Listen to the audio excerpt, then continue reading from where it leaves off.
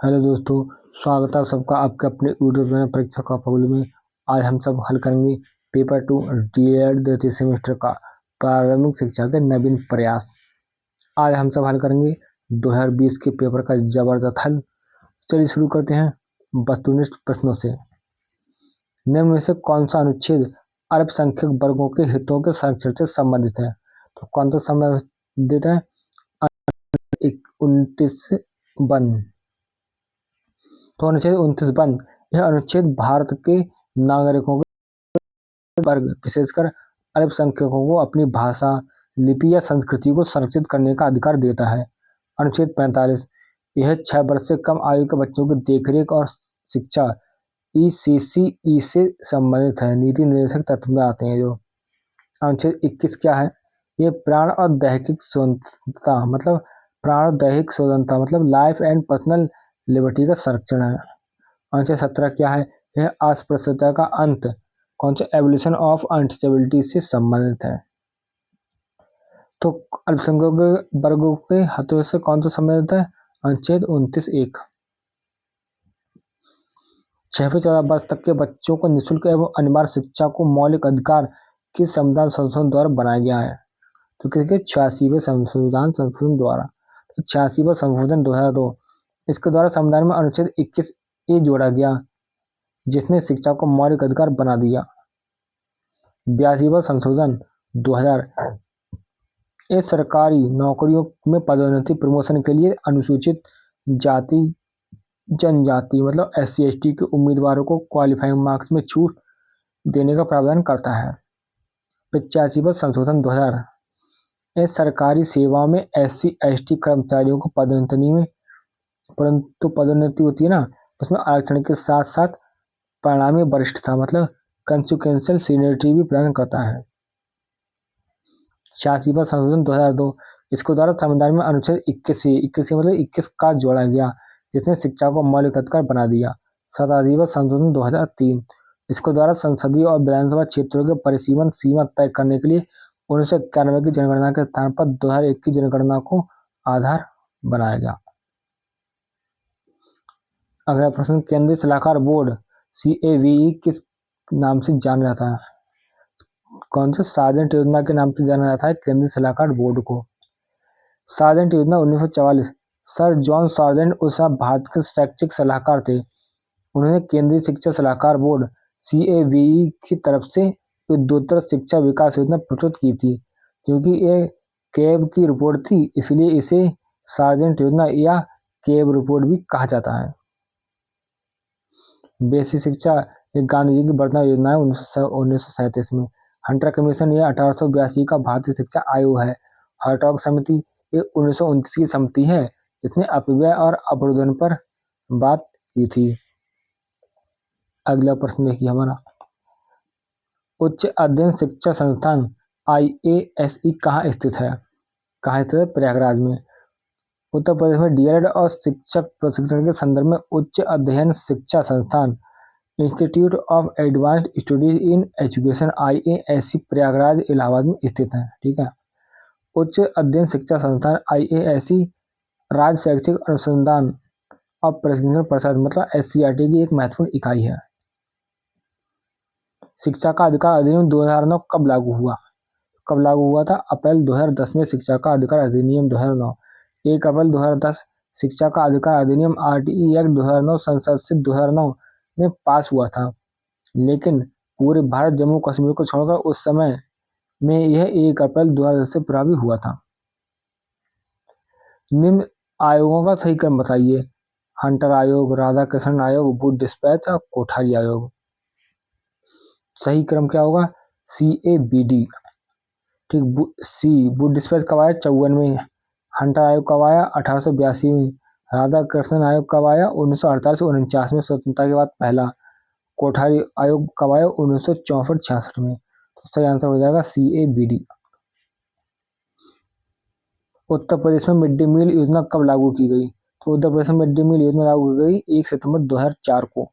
भारत में MDM 1995 में शुरू हुआ था सूखा राशन, लेकिन सुप्रीम कोर्ट के आदेश के बाद उत्तर प्रदेश में पका पकाया भोजन कुक्ड मील प्राथमिक विद्यालयों में व्यापक रूप से 1 सितंबर 2004 से लागू किया गया। कब से? 2004 से।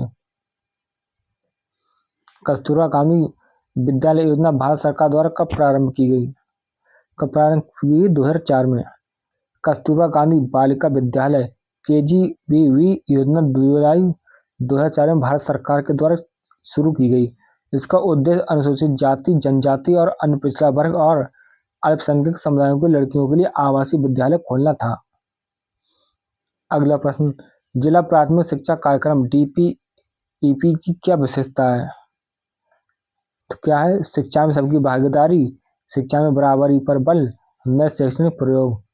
तो ये सभी क्या है? जिला प्राथमिक शिक्षा कार्यक्रम की विशेषताएं हैं। तो आंसर हो जाएगा उपरोक्त सभी। DPEP 1994 यह एक विकेंद्रीकृत योजना थी। इसने सामुदायिक सहभागिता BEC का गठन किया, बालिका शिक्षा और वंचित वर्गों बराबरी पर जोर दिया और बाल केंद्रित शिक्षण जैसे नए प्रयोगों को बढ़ावा दिया। अगला प्रश्न, अध्यापक शिक्षा हेतु नियामक संस्था है। तो कौन सी है? NCTE जो है अध्यापक शिक्षा हेतु नियामक संस्था है। NCTE national council for teacher education, राष्ट्रीय अध्यापक शिक्षा परिषद ही वह संस्था है जो शिक्षक प्रशिक्षण पाठ्यक्रमों जैसे BEd, BTC, DLED के लिए मानक क्या करती है? तय करती है और मान्यता देती है। NCERT क्या है? National council of education research and training, राष्ट्रीय शैक्षिक अनुसंधान और प्रशिक्षण परिषद। ये स्कूली शिक्षा और पाठ्यक्रम मतलब टेक्स्ट बुक पर काम करती है। और CTE क्या है? कॉलेज ऑफ टीचर एजुकेशन, शिक्षक शिक्षा महाविद्यालय, यह शिक्षक प्रशिक्षण का कॉलेज है। MHRD क्या है? Ministry of human resource development, मानव संसाधन विकास मंत्रालय। ये भारत सरकार का वह मंत्रालय है जो देश में शिक्षा प्रणाली के विकास, साक्षरता और मानव संसाधनों के संवर्धन की जिम्मेदार है। अब इसका नाम बदलकर शिक्षा मंत्रालय कर दिया गया है। किसका? MHRD का, मतलब ME और क्या? MEO, ठीक, मिनिस्ट्री ऑफ एजुकेशन, MEMOE। अगला प्रश्न, राष्ट्रीय पाठ चर्चा 2005 NCF 2005 के प्रारंभ का अंश रविंद्रनाथ टैगोर के किस निबंध से लिया गया है? तो किससे लिया गया? सभ्यता और प्रगति से।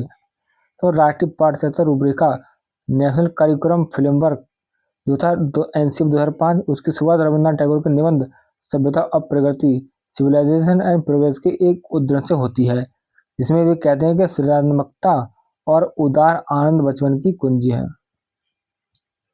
अगला प्रश्न हमारा क्या है? 1992 में गठित यशपाल समिति किससे संबंधित है? तो किससे संबंधित है? स्कूली छात्रों के बोझ को कम करने से यशपाल समिति संबंधित है। प्रोफेसर यशपाल समिति के रिपोर्ट 1993 का शीर्षक था शिक्षा बिना बोझ के, लर्निंग विदाउट बर्डन। इसका मुख्य उद्देश्य स्कूल में क्या होता था? बच्चों के वजन कम करना और रहने की प्रवृत्ति को खत्म करना था।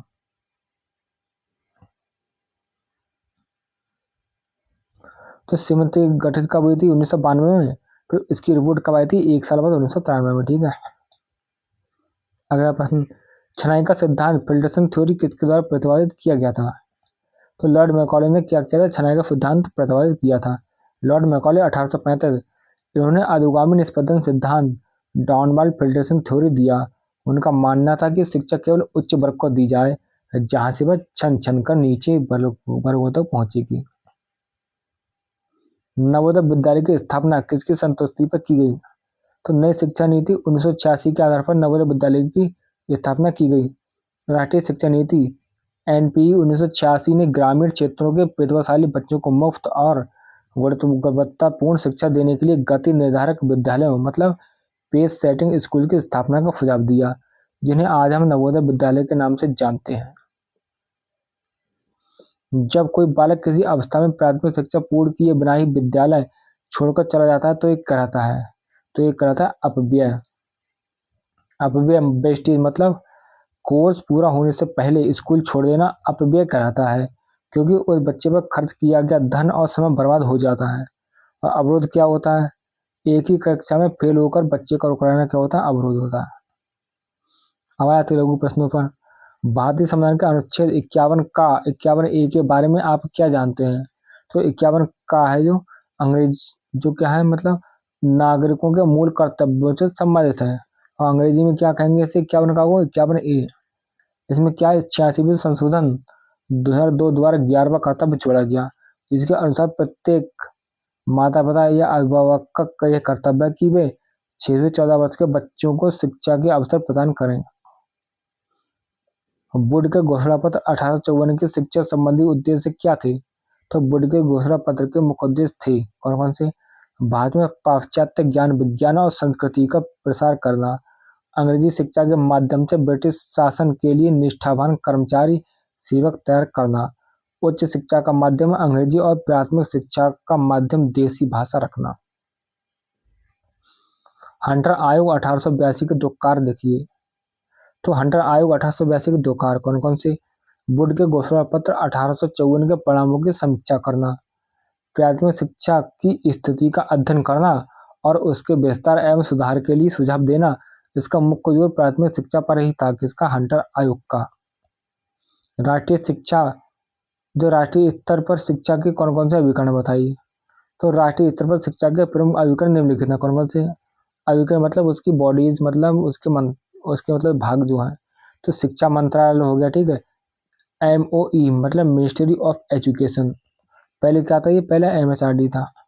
राष्ट्रीय शैक्षिक अनुसंधान और प्रशिक्षण परिषद NCERT, राष्ट्रीय अध्यापक शिक्षा परिषद NCTE, राष्ट्रीय शैक्षिक योजना एवं प्रशासन संस्थान NIEPA। अगला प्रश्न, शैक्षिक उन्नयन में ब्लॉक संशोधन केंद्रों BRC की क्या भूमिका है? तो शैक्षिक उन्नयन में ब्लॉक संशोधन केंद्रों ब्लॉक रिसोर्स सेंटर की प्रमुख भूमिका कौन कौन सी है? ब्लॉक स्तर पर शिक्षकों को प्रशिक्षण और अकादमिक सहयोग प्रदान करना, विद्यालयों की निगरानी मतलब मॉनिटरिंग करना, शिक्षकों को शिक्षण अधिगम सामग्री TLM बनाने और प्रयोगों में मदद करना। अगला प्रश्न, लॉर्ड कर्जन ने प्राथमिक स्तरीय शिक्षा में क्या क्या सुधार किए? तो लॉर्ड कर्जन ने प्राथमिक स्तरीय शिक्षा में सुधार कौन कौन से किए देखिए। लॉर्ड कर्जन ने 1904 की शिक्षा नीति में कहा कि प्राथमिक शिक्षा का विस्तार करना सरकार का दायित्व है। कर्जन ने शिक्षकों के प्रशिक्षण की व्यवस्था की। कर्जन ने पाठ्यक्रम में कृषि और शारीरिक व्यायाम को जोड़ा। कर्जन ने प्राथमिक शिक्षा के लिए अनुदान राशि बढ़ाई। प्रोग्राम ऑफ एक्शन POA 1992 के कौन कौन से लक्ष्य निर्धारित किए गए थे?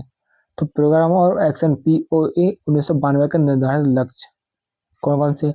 नारी समानता के लिए शिक्षा, अनुसूचित जाति जनजाति और अल्पसंख्यकों की शिक्षा पर विशेष ध्यान, 14 वर्ष तक के बच्चों के लिए अनिवार्य और निःशुल्क शिक्षा के लक्ष्य को जल्द से जल्द पूरा करना, ऑपरेशन ब्लैक बोर्ड का उच्च प्राथमिक स्तर तक विस्तार।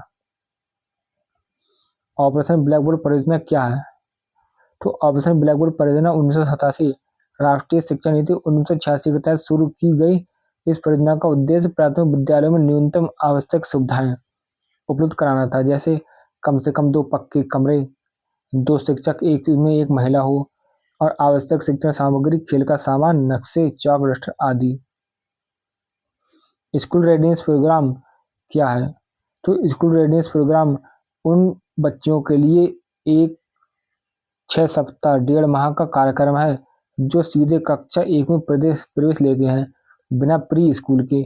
इसका उद्देश्य बच्चों को खेल, कहानी और गतिविधियों के माध्यम से विद्यालय के वातावरण के लिए तैयार करना है ताकि वे पढ़ाई में पिछड़े नहीं। शिक्षा को संविधान में संबंधित सूची में रखने का क्या उद्देश्य है? तो 1976 में शिक्षा को संविधान में संबंधित सूची में लाया गया ताकि केंद्र और राज्य सरकारें दोनों मिलकर शिक्षा नीति बना सकें। इसका उद्देश्य पूरे देश में शिक्षा के स्तर एकरूपता लाना और भावनात्मक एकता को बढ़ावा देना था। स्कूल चलो अभियान कब प्रारंभ हुआ? तो सर्व शिक्षा अभियान SSA के अंतर्गत स्कूल चलो अभियान की शुरुआत उत्तर प्रदेश में वर्ष 2000 में हुई। राष्ट्रीय बाल श्रम परियोजना NCLP क्या है? तो राष्ट्रीय बाल श्रम परियोजना NCLP 1988 श्रम मंत्रालय की एक योजना है जिसका उद्देश्य खतरनाक उद्योगों में काम कर रहे बाल श्रमिकों को काम से हटाकर पुनर्वासित करना है। इसके लिए विशेष विद्यालय, स्पेशल स्कूल खोले जाते हैं जहां उन्हें भोजन, वजीफा और अनौपचारिक शिक्षा देकर मुख्य धारा के स्कूलों के लिए तैयार किया जाता है। CTE college of teacher education किस स्तर के शिक्षकों को तैयार करता है? तो CTE college of teacher education मुख्य रूप से माध्यमिक स्तर सेकेंडरी लेवल के शिक्षकों बीएड के सेवा पूर्व और सेवारत प्रशिक्षण के लिए कार्य करता है। मिड डे मील योजना को स्पष्ट कीजिए। तो मिड डे मील योजना 15 अगस्त 1995 को शुरू हुई। इसका मुख्य उद्देश्य प्राथमिक स्तर के बच्चों को पोषण प्रदान करना और विद्यालय में नामांकन मतलब एनरोलमेंट तथा उपस्थिति अटेंडेंस बढ़ाना है। इसमें बच्चों को दोपहर का पका हुआ पौष्टिक भोजन निःशुल्क दिया जाता है। बिना बोझ के शिक्षा लर्निंग विदाउट बर्डन में कितने प्रकार के बोझ बच्चों में होने की बात कही गई है? तो यशपाल समिति ने मुख्य रूप से 2 प्रकार के बोझ की बात कही है। कौन कौन से? भौतिक बोझ, भारी बस्ते और मोटी किताबें। मानसिक बोझ, ना समझ में आने वाला पाठ्यक्रम, रटने की मजबूरी और परीक्षा का तनाव। अगला प्रश्न, राष्ट्रीय साक्षरता मिशन NLM पर संक्षिप्त टिप्पणी लिखिए। तो राष्ट्रीय साक्षरता मिशन नेशनल लिटरेसी मिशन की शुरुआत 5 मई 1988 को तत्कालीन प्रधानमंत्री राजीव गांधी द्वारा की गई। राष्ट्रीय साक्षरता मिशन के उद्देश्य 15 से 35 वर्ष की आयु के निरक्षर व्यक्तियों को कार्यात्मक साक्षरता फंक्शनल लिटरेसी प्रदान करना। राष्ट्रीय साक्षरता मिशन का लक्ष्य केवल पढ़ना लिखना ही नहीं बल्कि उन्हें आत्मनिर्भर बनाना और विकास कार्यों से जोड़ना। राष्ट्रीय साक्षरता मिशन का नारा, इसका प्रमुख नारा था एक पढ़ाई एक, ईच वन टीच वन। राष्ट्रीय जो साक्षरता मिशन थी इसकी सफलता क्या थी देखिए। इस मिशन के कारण भारत की साक्षरता दर में उल्लेखनीय वृद्धि हुई और केरल जैसे राज्य पूर्ण साक्षर बने। शिक्षा का अधिकार अधिनियम 2009 के क्रियान्वयन में समस्या बताइए। तो RTE एक्ट 2009 लागू होने के बाद भी इसके क्रियान्वयन में कई व्यवहारिक कठिनाइयां हैं। कौन कौन सी? शिक्षकों की कमी, देश भर के लाखों शिक्षकों के पद खाली हैं जिससे छात्र शिक्षक अनुपात PTR बिगड़ रहा है। आधारभूत सुविधाओं का अभाव, कई स्कूल में आज भी बालक बालिकाओं के लिए अलग शौचालय, पेयजल और खेल के मैदानों की कमी है। 25% आरक्षण, निजी विद्यालय में गरीब बच्चों EWS को 25% सीटों पर प्रवेश देने की आनाकानी करते हैं या भेदभाव करते हैं। वित्तीय समस्या, केंद्र और राज्यों के बीच बजट को लेकर खींचतान का कारण योजना पूरी तरह लागू नहीं हो पाती। जागरूकता का अभाव, अभिभावकों और SMC के सदस्यों को अपने अधिकारों की पूरी जानकारी नहीं है। वंचित वर्ग डिप्राइव्ड ग्रुप से आप क्या समझते हैं? तो वंचित वर्ग से आज आशा क्या है? समाज के उस समूह से है जो सामाजिक, आर्थिक या सांस्कृतिक कारणों से शिक्षा और विकास के मुख्यधारा से पीछे रह गया है। वंचित वर्ग के प्रकार, इसमें अनुसूचित जाति SC, अनुसूचित जनजाति ST, अन्य पिछड़ा वर्ग OBC, अल्पसंख्यक समुदाय और दिव्यांग मतलब CWSN के बच्चे शामिल हैं। वंचित वर्ग की समस्या, ये बच्चे गरीबी, भेदभाव या दुर्गम स्थानों पर रहने के कारण शिक्षा प्राप्त करने के अवसरों से वंचित रह जाते हैं। वंचित वर्ग को सरकारी प्रयास, तो इनके लिए आरक्षण, छात्रवृत्ति, निःशुल्क यूनिफॉर्म और कस्तूरबा गांधी विद्यालय जैसी योजना चलाई जा रही हैं। विद्यालय प्रबंध समिति SMC पर संक्षिप्त टिप्पणी लिखिए। तो विद्यालय प्रबंध समिति SMC RTE एक्ट 2009 की धारा 21 के तहत प्रत्येक सरकारी और सहायता प्राप्त विद्यालय में एक विद्यालय प्रबंध समिति का गठन अनिवार्य है। विद्यालय प्रबंध समिति SMC की संरचना, समिति में 75% सदस्य बच्चों के माता पिता या अभिभावक होते हैं। शेष 25% में स्थानीय पदाधिकारी, शिक्षक और शिक्षाविद होते हैं। तो कुल सदस्यों में 50% महिलाएं होना आवश्यक है। विद्यालय प्रबंध समिति SMC के कार्य, विद्यालय के कामकाज की निगरानी करना, विद्यालय विकास योजना SDP तैयार करना, प्राप्त अनुदान ग्रांट के सदुपयोग की निगरानी करना, सभी बच्चों का नामांकन और उपस्थिति सुनिश्चित करना। अगला प्रश्न, प्राथमिक शिक्षा हेतु शिमला सम्मेलन 1901 में क्या विचार व्यक्त किए गए थे? तो शिमला शिक्षा सम्मेलन 1901 में लॉर्ड कर्जन ने भारत की शिक्षा व्यवस्था की समीक्षा की थी।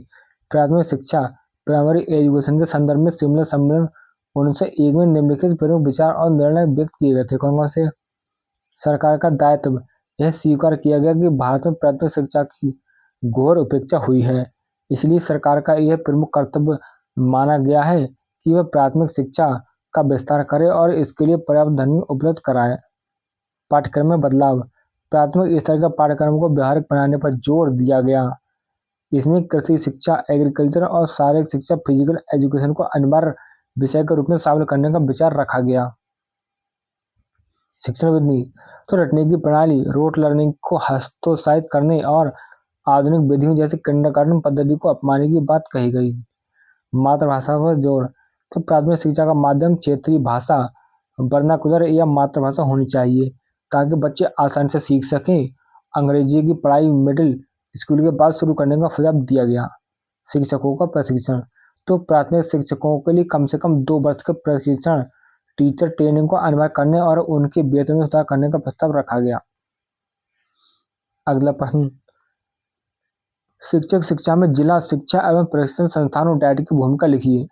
तो राष्ट्रीय शिक्षा नीति 1986 के तहत स्थापित जिला शिक्षा एवं प्रशिक्षण संस्थान डाइट जिले में शिक्षा का डाइट क्या है, लाइट हाउस है। इसकी भूमिका निम्न है, कौन कौन सी। सेवा पूर्व प्रशिक्षण। तो प्राथमिक शिक्षकों बीटीसी डीएलएड को 2 वर्षीय प्रशिक्षण देना। सेवारत प्रशिक्षण। तो वर्तमान शिक्षकों, शिक्षा मित्रों और प्रधानाध्यापकों के लिए रिफ्रेशर कोर्स और कार्यशाला आयोजित करना। क्रियात्मक शोध, एक्शन रिसर्च। तो स्कूलों की स्थानीय समस्याओं को सुलझाने के लिए शोध करना। पाठ्य सामग्री का विकास, स्थानीय परिवेश के अनुसार टीएलएम और सहायक सामग्री विकसित करना। संदर्भ डाटा, ब्लॉक और संकुल स्तर बीआरसी और एनपीआरसी को अकादमिक मदद देना। किसका काम है, हमारे डाइट का। अगला प्रश्न, बाल अधिकार से आप क्या समझते हैं, स्पष्ट कीजिए। तो बाल अधिकार वे मानवीय अधिकार हैं जो हर बच्चे 18 वर्ष से कम को जन्म से प्राप्त होते हैं ताकि उनका शारीरिक, मानसिक और नैतिक विकास हो सके। संयुक्त राष्ट्र संघ ने 1989 में बाल अधिकार अभिसमय सीआरजी अपनाया। प्रमुख बाल अधिकार 4 प्रकार के, कौन कौन से हैं। जीने का अधिकार, तो अच्छा स्वास्थ्य, पोषण और पहचान। विकास का अधिकार, शिक्षा, खेल और मनोरंजन। संरक्षण का अधिकार, हिंसा, शोषण, बाल श्रम और नशीली दवाओं से सुरक्षा। सहभागिता का अधिकार, अपनी बात कहने और निर्णय लेने में शामिल होने का अधिकार। अगला प्रश्न, भारतीय शिक्षा में लॉर्ड कर्जन का योगदान लिखिए। तो देखिए, भारतीय शिक्षा में लॉर्ड कर्जन का योगदान 1899 से 1905 तक। गुणवत्ता पर जोर, तो कर्जन ने क्या किया, शिक्षा के केवल विस्तार की जगह उसकी गुणवत्ता सुधारने पर बल दिया। प्राथमिक शिक्षा कोष, तो कर्जन ने प्राथमिक शिक्षा के लिए सरकारी अनुदान बढ़ाया और शिक्षकों के वेतन में वृद्धि की। केंद्रीय विभाग, तो कर्जन ने क्या किया, भारत में महानिदेशक शिक्षा, डायरेक्टर जनरल ऑफ एजुकेशन का पद सृजित किया। कृषि शिक्षा, तो पूसा बिहार में कृषि अनुसंधान संस्थान की स्थापना की। विश्वविद्यालय सुधार, तो 1904 में विश्वविद्यालय अधिनियम पारित किया जिससे उच्च शिक्षा में अनुशासन आया। स्वतंत्रता पश्चात किन्हीं 2 शिक्षा आयोगों का संक्षिप्त परिचय दीजिए। तो स्वतंत्रता पश्चात 2 शिक्षा आयोगों का संक्षिप्त परिचय दो, देखिए कौन कौन से। राधाकृष्णन आयोग 1948-49, इसे विश्वविद्यालय शिक्षा आयोग भी कहते हैं। इसके अध्यक्ष डॉक्टर सर्वपल्ली राधाकृष्णन थे। उन्होंने मुख्य रूप से उच्च शिक्षा, विश्वविद्यालय के सुधार, शिक्षकों के वेतन और ग्रामीण विश्वविद्यालयों की स्थापना पर सुझाव दिया। कोठारी आयोग 1964-66, इसके अध्यक्ष डॉक्टर डीएस कोठारी थे। यह एक व्यापक आयोग था जिसने प्राथमिक से लेकर विश्वविद्यालय स्तर तक सभी प्रकार की शिक्षा के लिए सुझाव दिए। इसने 10+2+3 मतलब हाई स्कूल, इंटर और ग्रेजुएशन की शिक्षा संरचना और समान स्कूल प्रणाली, कॉमन स्कूल सिस्टम की वकालत की। शिक्षकों के अकादमिक सपोर्ट में डाइट की भूमिका क्या है, बताइए। तो डाइट शिक्षकों को निम्नलिखित एकेडमिक सहायता देता, कौन कौन सी। नवीन विधियां, तो डाइट क्या करता है, शिक्षकों को खेल विधि, गतिविधि आधारित शिक्षण और आनंददायी शिक्षण की तकनीकें सिखाता है। कठिन बिंदुओं का समाधान, गणित, विज्ञान या अंग्रेजी के कठिन टॉपिक्स को पढ़ाने के सरल तरीके बताता है डाइट। टीएलएम का निर्माण, तो कम लागत वाली शिक्षण, अधिकतम सामग्री, लो कॉस्ट टीएलएम बनाने की ट्रेनिंग देता है। मूल्यांकन, सतत और व्यापक मूल्यांकन सीसीई कैसे करें ये सिखाता है डाइट। मेटरिंग, डाइट के प्रवक्ता समय समय पर स्कूलों का दौरा करके शिक्षकों को ऑन साइट मौके पर मार्गदर्शन देते हैं। तो आज की क्लास हमारी यही समाप्त होती है। आप सबका बहुत बहुत धन्यवाद। जय हिंद।